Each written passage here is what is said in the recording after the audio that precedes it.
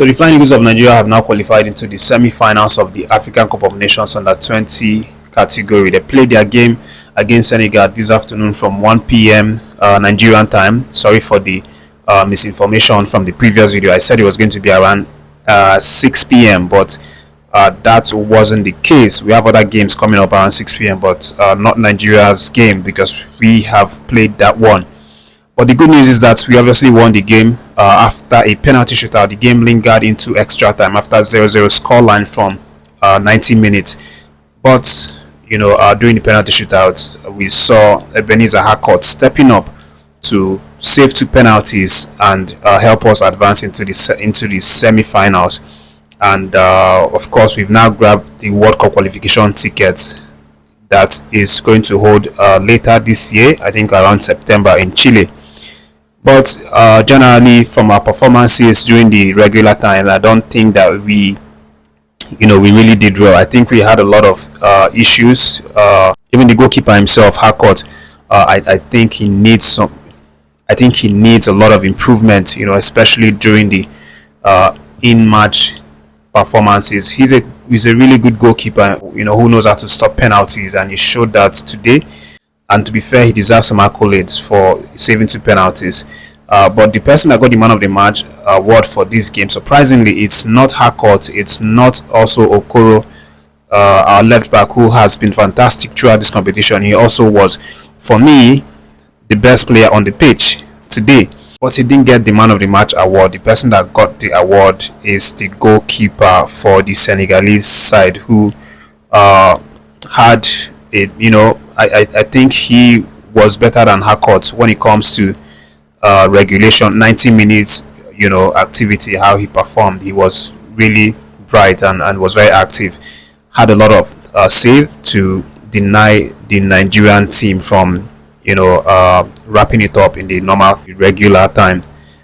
So we've now progressed and we're now waiting in the semi-finals for the guys that will play their game later today. We have Ghana playing against the host country Egypt around 6 p.m. today, and then Morocco playing against Sierra Leone also around 6 p.m. and then 9 p.m. we see South Africa play DR Congo.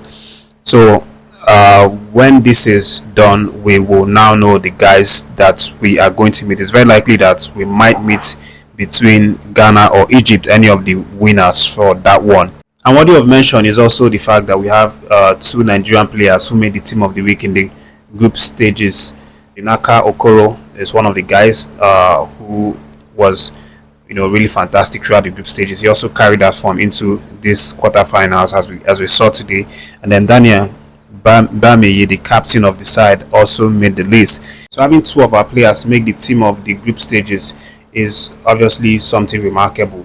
But going into the semi-finals, I think we need to improve on our games. We need to be more selfless. We need to be more of a team that plays for each other, because I think our biggest issue for these matches is the fact that the players were trying to play individually. They were trying to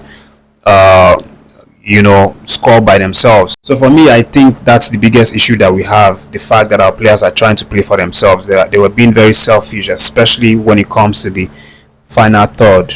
We had a lot of chances whereby if we had planned it very well and passed to each other, Parovo and the other of the other guys, we would have scored a goal even before would have scored a goal and wrapped it up even before it goes into extra time.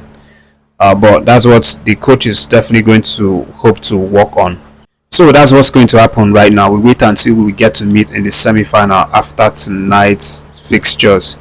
But moving away from that, guys, AWONIYI appeared to have been in the middle of a quarrel between the owner of his club and the head coach, of his club.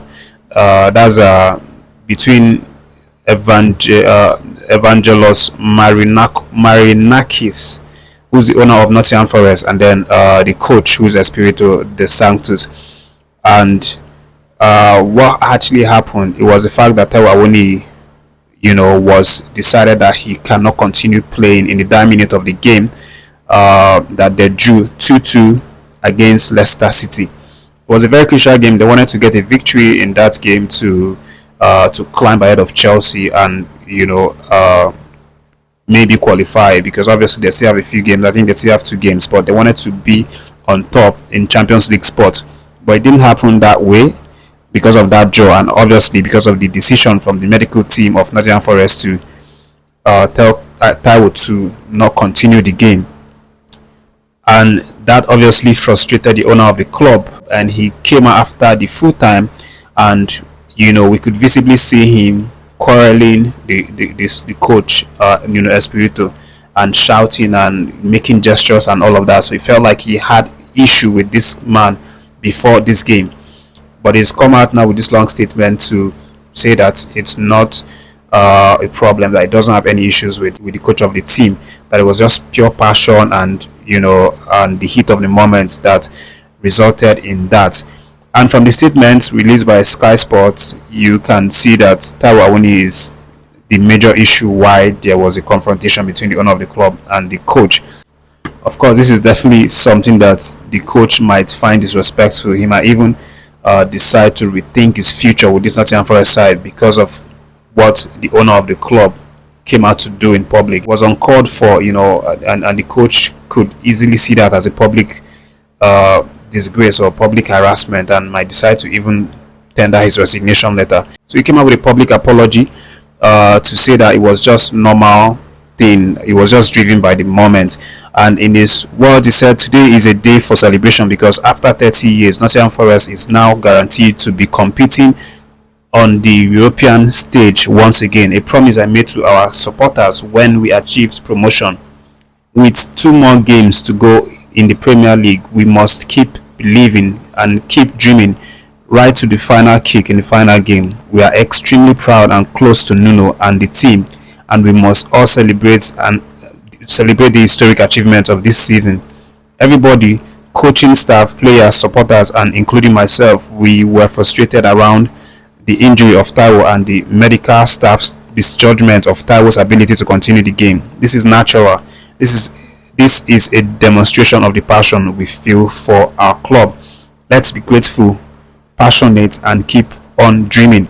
So this is a statement he gave out to Sky Sports News to cover the whole quarrel and public gesture that he had with the coach of his team. But again, we'll see what happens. Taiwo Awoniyi has said it recently that he wants to remain with Nottingham Forest. I see he has 2 years contract with the club, and he loves to play in the Premier League. So he's not about to move away from the club. He wants to stay at the club and maybe run out his contract or probably do well and get a new contract for the future.